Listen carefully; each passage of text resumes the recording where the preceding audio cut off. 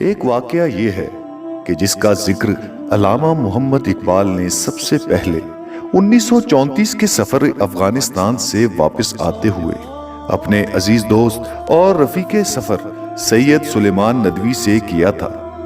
بعد ازاں نذیر نیازی کو بھی یہی واقعہ سنایا تھا کہ جب میں سیالکوٹ میں پڑھتا تھا تو نماز فجر کے بعد قرآن مجید کی تلاوت میرا معمول تھا۔ والد صاحب اپنے وظائف سے فارغ ہو کر مسجد سے گھر آتے اور مجھے تلاوت کرتا دیکھ کر اپنے کمرے میں چلے جاتے۔ ایک دن نماز فجر کے بعد حسب معمول تلاوت میں مصروف تھا کہ والد صاحب میرے پاس سے گزرے۔ فرمایا، کبھی فرصت ملی تو تمہیں ایک بات بتاؤں گا۔ کچھ مدت کے بعد اسی طرح مسجد سے آ کر میرے پاس بیٹھ گئے۔ میں تلاوت کرتے کرتے رک گیا۔ وہ فرمانے لگے، تم کیا پڑھ رہے ہو؟ مجھے ان کے اس سوال پر تعجب ہوا اور کچھ ملال بھی، کیونکہ انہیں معلوم تھا کہ قرآن مجید کی تلاوت کر رہا ہوں۔ بہرحال میں نے بڑے ادب سے جواب دیا، قرآن مجید۔ کہنے لگے، تم جو کچھ پڑھتے ہو اسے سمجھتے بھی ہو؟ کیوں نہیں، کچھ نہ کچھ سمجھ لیتا ہوں۔ والد صاحب خاموش ہوئے اور اپنے کمرے میں چلے گئے۔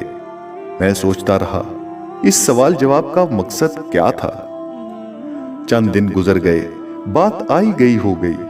اس واقعہ کو چھٹا روز تھا۔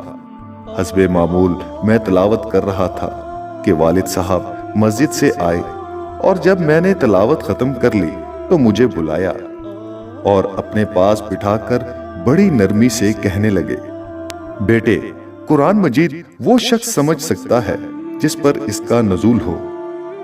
جب تک تم یہ نہ سمجھو کہ قرآن مجید تمہارے قلب پر بھی اسی طرح اتر رہا ہے جیسے رسول اللہ صلی اللہ علیہ وآلہ وسلم کے قلب اقدس پر نازل ہوا تھا، تو تلاوت کا مزہ نہیں اور تم قرآن کو پوری طرح سمجھ نہیں سکتے۔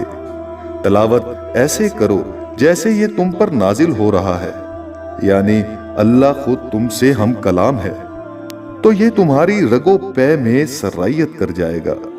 اقبال کہتے ہیں کہ والد صاحب کی باتوں سے یہ بات سمجھ میں آتی ہے کہ قرآن مجید دل کے راستے بھی انسانی شعور میں داخل ہوتا ہے۔ بال جبرائیل کا یہ شعر اسی واقعہ کی یاد دلاتا ہے، تیرے ضمیر پہ جب تک نہ ہو نزول کتاب، گرہ کشا ہے نہ راضی نہ صاحب کشاف۔